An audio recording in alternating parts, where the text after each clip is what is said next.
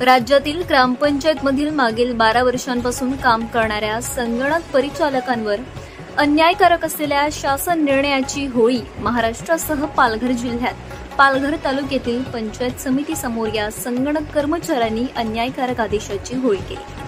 आंधळ दळतं आणि कुत्रं पीठ खातं अशी गत सध्या राज्यात सुरू असून संगणक परिचारिकांच्या टाळूवरचे लोणी खाणाऱ्या कंपन्यांना पुन्हा ठेका दिल्यामुळे संगणक परिचारक सध्या चांगलेच आक्रमक झाले।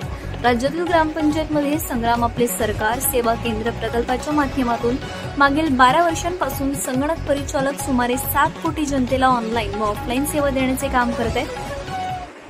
या संगणक परिचालकांना वास्तविक ग्रामपंचायत स्तरावर कर्मचाऱ्यांचा दर्जा व किमान वेतन देणे आवश्यक आहे। मात्र 15व्या वित्त आयोगामधून ग्रामपंचायतमधून या कर्मचाऱ्यांच्या ठेकेदाराला मोठ्या प्रमाणात निधी मिळत असतो।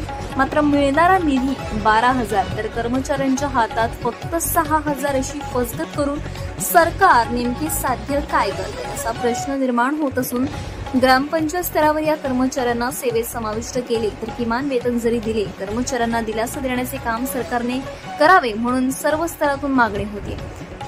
यावर लवकर समितीच्या शिफारशीनुसार ग्रामपंचायत स्तरावर कर्मचाऱ्यांचा दर्जा देऊन समायोजन करणे आवश्यक होते। मात्र शासनाने तसे न करता परत महाराष्ट्र माहिती तंत्रज्ञान महामंडळाकडे आपले सरकार सेवा केंद्र हा प्रकल्प चालवण्यासाठी म्हणजे ज्या कंपनीने आर्थिक मानसिक पिळवणूक केली तर मोठ्या प्रमाणात ग्रामपंचायतीच्या विकासाचा निधी हडप केला त्याच धर्तीवर असलेल्या कंपन्यांना प्रकल्प चालवायला देऊन संगणक परिचालकांचे आयुष्य उद्ध्वस्त करणारा निर्णय घेतल्यामुळे या निर्णयाची होळी संपूर्ण महाराष्ट्रात करण्यात आली।